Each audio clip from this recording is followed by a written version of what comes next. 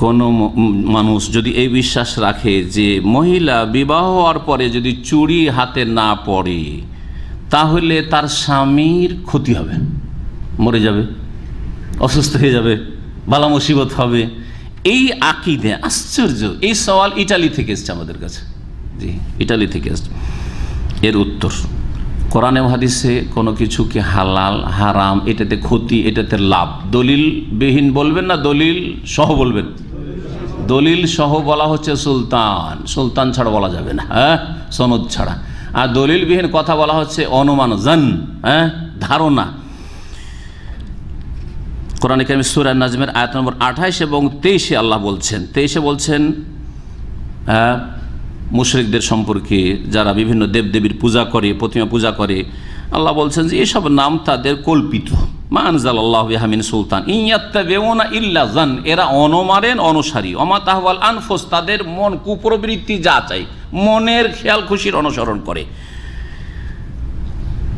ওয়ালাকাদ জাআহুম মির রাব্বিহিল হুদা, অথচ হেদায়েত আল্লাহর পক্ষ থেকে তাদের কাছে এসেছে। সূরা নাজমের আয়াত নম্বর 28 বলছেন ওমা লাহুম বিহি মিন ইলম, যারা এইরকম কথা বলে দলিলবিহীন, তাদের কাছে কোনো জ্ঞান নাই। ইন ইয়াত্তাবিউনা ইল্লা যান, তারা ধারণার অনুসারী একমাত্র। ওয়া ইন্না যান্না লা ইউগনি মিনাল হাক্কি শাইআ, আর ধারণা অনুমান সত্যের ক্ষেত্রে হকের ক্ষেত্রে কোনো কাজে আসে না। মাসলা মাসাইলের ক্ষেত্রে, দিনের ক্ষেত্রে, দিন হচ্ছে হক, হকের ক্ষেত্রে ধারণার কোনো স্থান নেই।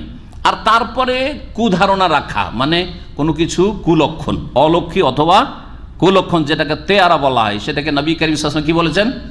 শিরক বলেছেন। এই মর্মে হাদিস রয়েছে, শোনায় আপনাদেরকে। মুসনাদ আহমদ, আবু দাউদ, নাসাই, মুস্তাদরাক হাকিমিতে আব্দুল্লাহ বিন মাসউদ রাদিয়াল্লাহু তাআলা থেকে হাদিস রয়েছে, আত-তিয়ারাতু শিরকুন, আত-তিয়ারাতু শিরকুন সালাসা, 3 বার করে বলেছেন। অলক্ষী কোনো কিছু মনে করা অথবা কুলক্ষণ মনে করা, যদি স্ত্রী চুড়ি না পড়ে স্বামীর ক্ষতি হয়ে যাবে, এটা কুলক্ষণ বা অলক্ষী হবে, এটা শিরক, শিরক, শিরক রাসূলুল্লাহ সাল্লাল্লাহু আলাইহি ওয়াসাল্লাম বলেছেন। আর নবী করিম সাল্লাল্লাহু আলাইহি ওয়াসাল্লাম বলেছেন লা তিয়ারাতা, লা তিয়ারাতা, কুলক্ষণ বা অলক্ষীর স্থান ইসলামে নেই মোটেই। তবে ইসলামে ফাল আছে, ফাল মানে হচ্ছে শুভ লক্ষণ নেওয়া। কি শুভ লক্ষণ নেওয়া? আপনি যদি দেখেন যে কোনো একটা ক্ষেত্রে একটা ভালো কিছু আপনি আপনার কানে পৌঁছল, আলহামদুলিল্লাহ, হ্যাঁ জি হ্যাঁ, শুভ লক্ষণ নেওয়া, শুভ লক্ষণ নিতে পারেন। নবী করিম সাল্লাল্লাহু আলাইহি ওয়াসাল্লাম হুদায়বিয়ার সন্ধির সময় এক কাফের আসলো, যার নাম ছিল সুহাইল। নবী সাল্লাল্লাহু আলাইহি ওয়াসাল্লাম জিজ্ঞেস করলেন তোমার নাম কি? বলছে সুহাইল। সুহাইল মানে সহজ, হ্যাঁ সরল। তখন নবী সাল্লাল্লাহু আলাইহি ওয়াসাল্লাম সুলক্ষণ নিলেন, সুলক্ষণ নেওয়া জায়েজ রয়েছে, শুভ লক্ষণ নেওয়া জায়েজ রয়েছে। সাহুল আল আমর, হুদায়বিয়ার সন্ধির বিষয়টি সহজ হয়ে গেছে, নবী সাল্লাল্লাহু আলাইহি ওয়াসাল্লাম শুভ লক্ষণ নিয়েছে। শুভ লক্ষণ নিতে পারেন, কিন্তু কুলক্ষণ নিতে পারেন না। সকালবেলা মাশাআল্লাহ পরেশগার মানুষের সাথে দেখা, হ্যাঁ, আর তার কাছ থেকে কিছু দিনের কথা শুনলে আলহামদুলিল্লাহ। ফজরের নামাজটা জামাতে নামাজ পড়তে পেরেছি, আজকে আমার টেনশন আছে, একটা জরুরি অফিসিয়াল কাজ আছে, শুভ লক্ষণ যে আজকে ফজরটা জামাতে পড়তে পেরেছি, তাহাজ্জুদ পড়তে পেরেছি, শুভ লক্ষণ। বোঝা গেছে না?